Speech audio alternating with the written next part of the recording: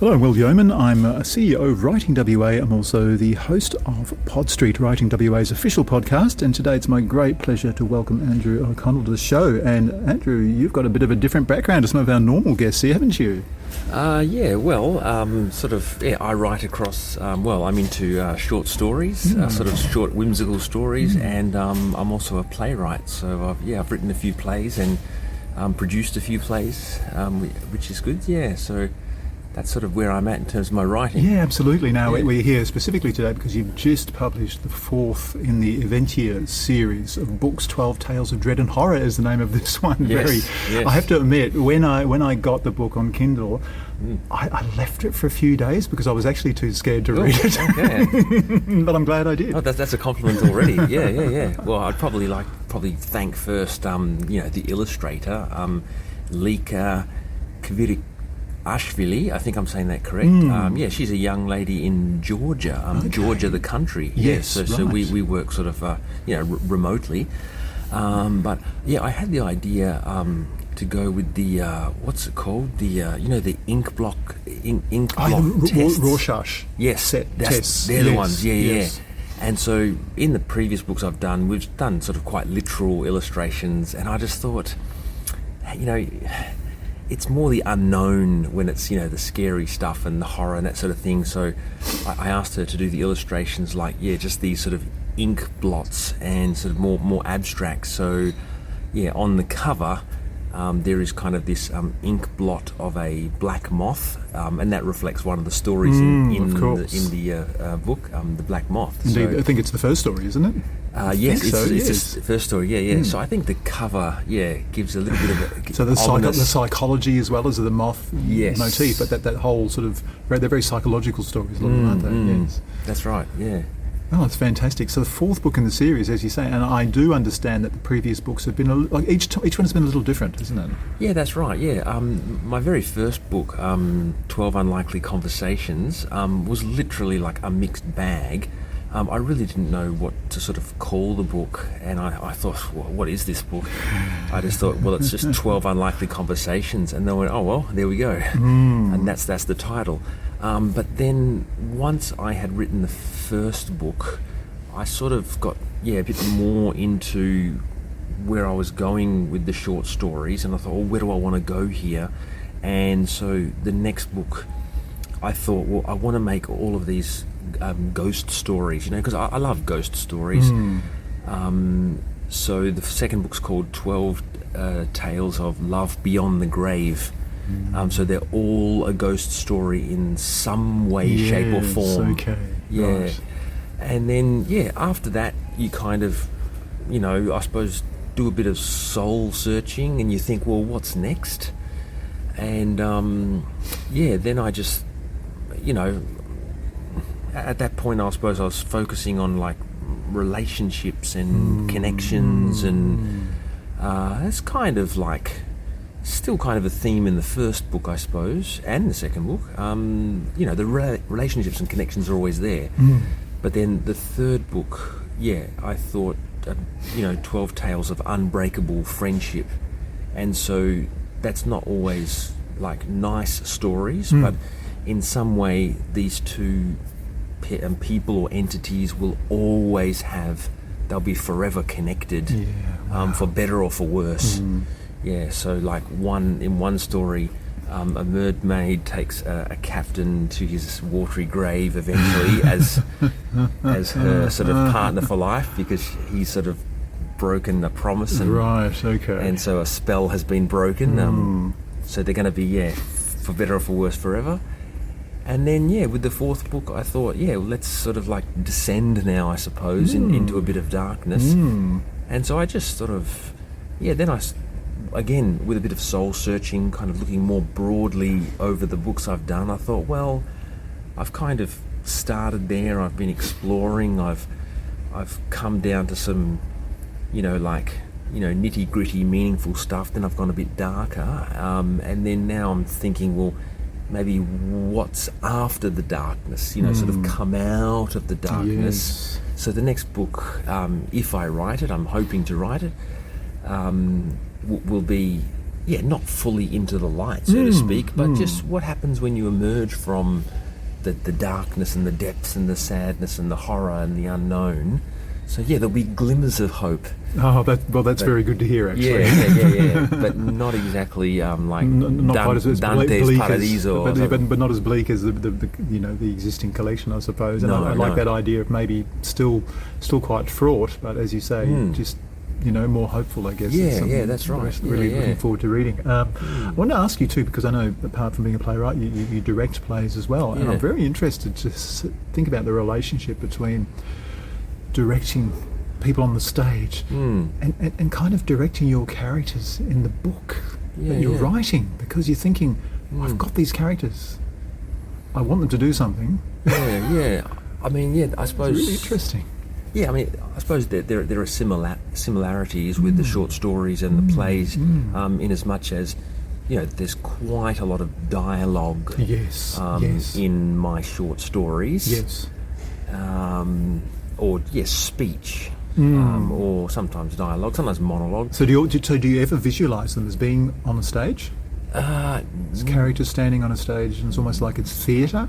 No, I don't start with that with the short stories. Sure. However, that's very interesting because my first book, I wrote them first as short stories. Yes. And then I thought they could almost be performed, and so I just adapted them slightly. It wasn't too much adaptation necessary, and I put them in the Sydney Fringe. So it was the show was called Three Unlikely Conversations, and so 3 of my plays. After that, I saw the shows and I thought, no, they are short stories, and I kind of went back and made them. Yeah, that's so interesting. Short stories again. Yeah, to go from short story to play to short story. Yes, that's right. And eventually, I discovered that they are truly short stories. Yeah. And I suppose if there's anything like whimsical or mysterious in that, it tends to go into the short story. Whereas if it's a bit more real life and real life drama and conflict, and a bit more substantial, it tends to end up as a play. And usually when I write a play, actually I thought about this once, what actually stimulates me to write a play is when I meet someone and I just think, are you actually for real? Are you a real person? You seem just like a character in a play. Yeah, you just seem like larger than life, or you just seem like a cartoon or something like that. And that's what usually stimulates. Yeah, because I read actually in this book about playwriting that, playwriting is about the characters who interact. So if you know the characters well, and you just put them in a situation, you'll have the play. Rather than being an architect of the play as a story, it's like the characters, there's a bit of a scenario, and the play almost writes itself, so to speak, because if you know those characters so well, they're inevitably going to say and do things to each other. So I guess my impetus for writing a play is a character so very clear. And my impetus in writing a short story is more the story. Is more this happened and this happened and then this happened and then a twist happened. Yeah, but I mean, often I'll have an outline for a play. You know, like they're at the party first, an argument. Okay, so that's like the scenario, isn't it? But you don't have the actual characters nailed down per se at that point. That's right. Yeah, just a bit of an outline, but the characters are kind of strong. So they start sort of speaking for themselves. Oh, okay, I see what you're saying. Yes. It's a fascinating process. And by the way, I should say we heard a door slam just a minute ago. That's because we're here at the State Library of Western Australia. I'm on the 2nd floor, so it's a very public space and a very nice space. And we're here because Writing WA is actually headquartered here. So anyway, that's just apropos of nothing. Just getting back to your writing, and we had a lovely launch last week actually for this book here at the State Library, and we talked a little bit about those differences, and you've sort of addressed some of them, haven't you?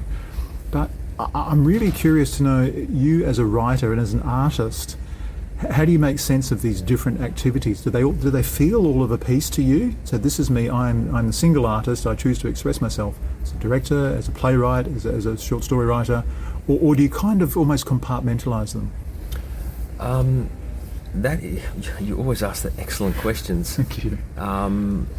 Firstly, I am absolutely honoured that you would recognise me as an artist. That I'm really honoured. So are you asking whether my sort of short stories and plays and all that is connected? Yeah, basically they're all coming from the same place. Yeah. Who you are as an artist and the way you want to express yourself. Yeah. Do they just happen to take different forms? I think what I feel is they are coming from two different places, but gradually sort of emerging in some kind of unity. That's really interesting. Yeah.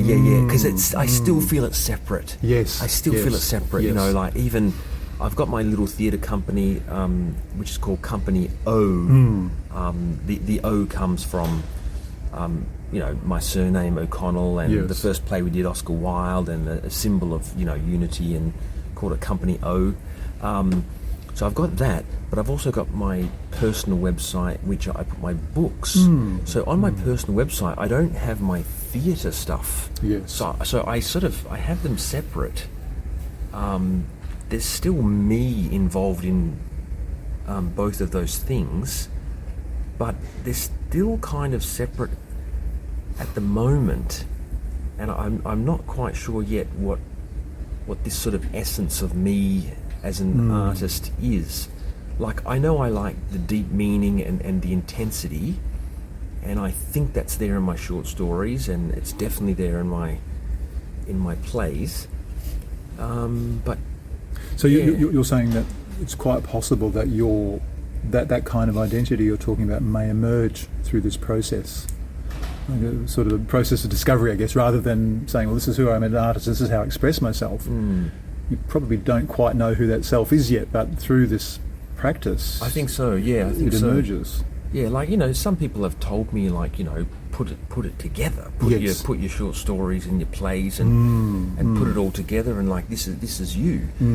But I have a deep conviction, like it's just a deep feeling that I'm going to be a sort of more of a body of work person, such that when it's all said and done, something will be seen there, rather than now. Now. No, I understand what you're saying. To me, that's almost, not almost, I think that's far more interesting than being settled in something before you've even had a chance to explore what that something is.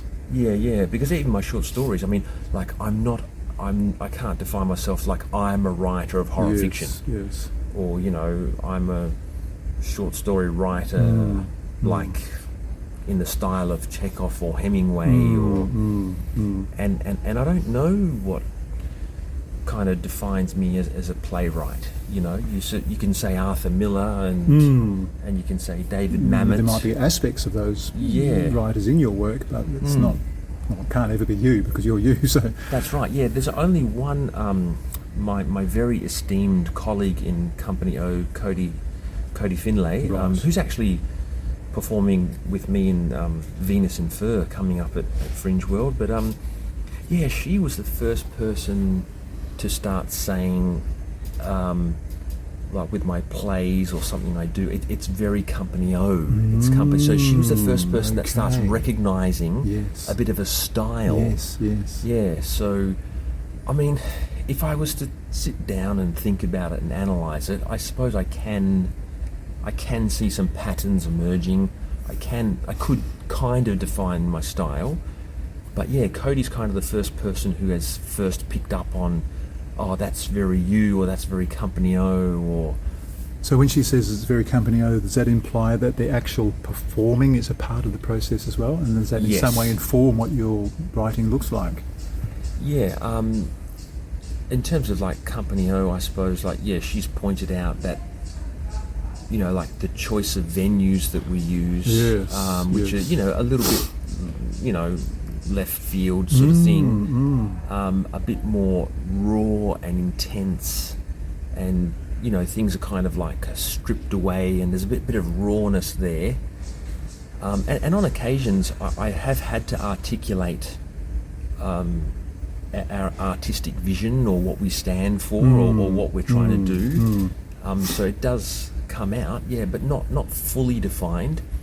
And one interesting thing I said to Cody is, I think it's easier to define myself and my work through the via negativa, which means what it's not. Precisely. So I could immediately say, no, that's not me, or no, that's not. I might not be able to say what it is, but I can tell you what it's not. That's right. Exactly. Yeah. How interesting. Yeah. We've got into some deep territory here. Yeah. I'm sorry to the listeners if I'm Look, digressing. Our listeners are very, very intelligent and very curious people, so they'll appreciate it. Oh, that's However, good. I did want to finish up with asking you more about your forthcoming performances. You've already mentioned one. So as of today, this is Monday the 22nd of October, this podcast will go up today. January? Sorry, January. Did I say February? January. Yeah. Well done, thank you very much. Yeah. So you've got Venus and Furs, but you've got Godot as well coming up. Can you just let people know where they can get tickets, what dates they're on at? Yes. Venus in Fur will be performed at the Mossenson's Gallery, which is an art gallery in Subiaco, for Fringe World 2024. And that is on February 2, 3, 4 and 9, 10, well 11. Done for remembering that. Yes, those are 6 performances there. Well worth seeing. Like, the thing is, when I promote a play, it's never because I'm in it, or I've done it, or I've written it. Like, I really actually mean it's well worth seeing. Like, I would go and see it myself. Yes, it's a really good play. Yes. And on the horizon, but this will be September 2024, Right. we are putting on the very interesting, very enigmatic, very confusing Waiting for Godot by Samuel Beckett, which is a play about nothing. Yes. Just 2 people are waiting for Godot, and they're saying, what are we doing? And the other guy says, we're waiting for Godot. And the other guy says, oh, okay. And that's it. When you talk about a play about nothing, I often think about some television shows I've been watching like that, actually. It's not uncommon, I'm afraid. But look, part of the canon, very famous people will know this play, and to see it in another... It's always good to see different performances, different productions, because every director brings their own take on it, don't they? That's right, I must admit, when I was about 35, I was lucky enough in Sydney, and I caught Ian McKellen at the Opera House Waiting for Godot, and I read the play then, and I thought, it's one of those plays that are just confusing. And however, when I read it again 10 years later, when I was 45, I actually enjoyed it. I actually understood it a lot more, and I think that's just the life experience. You're absolutely right.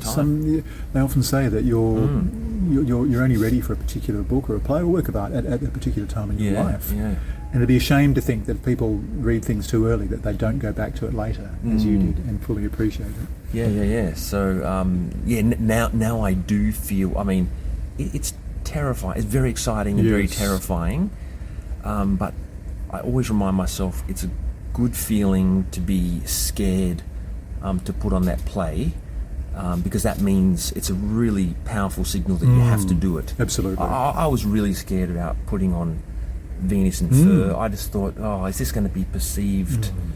There's male-female dynamic, and people going to think, well, he's a male director, he hasn't captured the female side, or a lot of... They'll always be present in any production. I think, but everyone's loved it. Yeah, fantastic. So far, because we had a season in November. Right. This is our Fringe World season. That's why people loved us, and we're bringing it back. I mean, we wouldn't bring it back if it sort of just was a bit of a flop. So. And Fringe will quite possibly provide perhaps a wider or a different audience again. Definitely, so yeah. It's well worth. Well, it's not a risk at all, I don't think. No. You're guaranteed to enjoy it. Yeah.